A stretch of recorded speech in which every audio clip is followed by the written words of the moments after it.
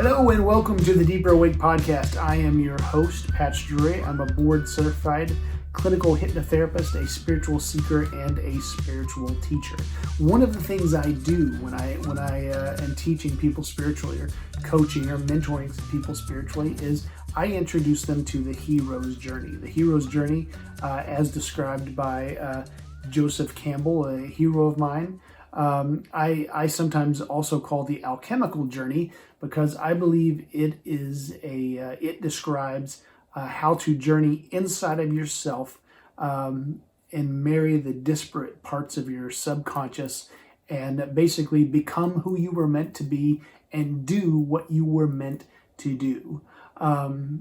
One of the things I like to do in describing various parts of the hero's journey is turn to mythology, and that shouldn't be a surprise because Campbell, when he described the hero's journey, it was basically a pattern that he saw repeated in mythological stories. So it's very easy that if you want to explain one of the parts of the hero's journey, it's very easy to point to a particular myth that represents that part and just tell that myth.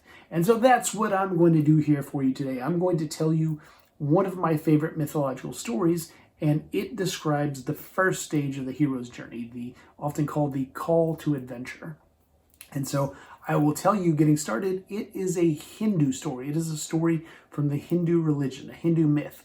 And so if you're watching this, or if you know me, or maybe you can tell from my voice, I am a late 40s heterosexual Western white guy.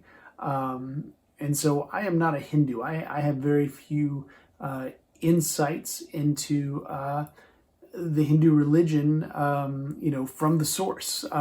So my interpretation, I think, is valuable. I think it's meaningful. I think it has something to say to you. But if you want to get the straight dope on what this story means, go to a Hindu and find out from them, like, what are the intricacies and twists and turns of the story that I might not see through non-Hindu eyes. I really encourage that. You should do that. But in the meantime, here's what it means to me. Something else I'm going to say here.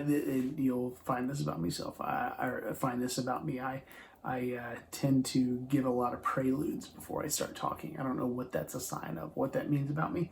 But the story is called Krishna and The Wives, and it's about Krishna. And part of my extremely white guy Western interpretation of Krishna is that he's kind of like the Hindu Jesus, and I don't mean that in a disrespectful way, and I realize that's a really shallow understanding of Krishna. But the reason I say he's kind of like the Hindu Jesus is he seems to be a earthly manifestation of God. He seems to be motivated by loving kindness. He seemed to have a lot of devotees and followers. The big difference, I'm sure there's a million big differences, but one of them is that his skin was blue, and Jesus' skin wasn't blue. Another big difference is, and this is down to my interpretation too, is the way I read and understand and hear a lot of Hindu stories, there's almost kind of a romantic tension between Krishna and some of his female followers, and that may be my baggage. Maybe that's not supposed to be there at all, but I kind of interpret it that way, and that seems pretty different from Jesus and the Jesus experience, because in spite of him being depicted half naked every time we see him, despite him being really ripped and in good shape, Jesus was we're encouraged to kind of approach him asexually, that there's not a sexual mystique to Jesus, or at least in the tradition I grew up in, you're not really supposed to approach him that way. And so that seems like a pretty big difference. But anyway, there's all my preludes. Let's get into the story. So it happened a long, long time ago in a Indian village, and these a bunch of Indian wives are doing the only thing Indian wives are allowed to do back in that day, and that was chores. They're cooking dinner, they're taking care of kids, they're sweeping dirt floors for some reason. They're doing the chores. And while they're doing the chores, they all of a sudden hear really beautiful, ethereal music like they've never heard before. It's enchanting, and they're like, where is this beautiful music coming from? And so they look around themselves in the village and they can't find a source for it. And so they decide to leave their chores, leave their cooking fires, leave their mending, leave their sweeping, and go out into the forest looking for the source of this music. And so they look all around. They look behind trees. They look behind bushes. They're looking everywhere and they can't find it. And then eventually they come to a clearing.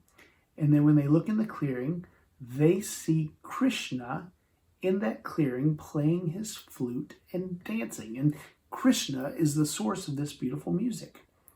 And so when they hear the music and they see Krishna, they decide, you know what? We're not going back to our chores. We're going to spend the day in this clearing laughing and dancing with God.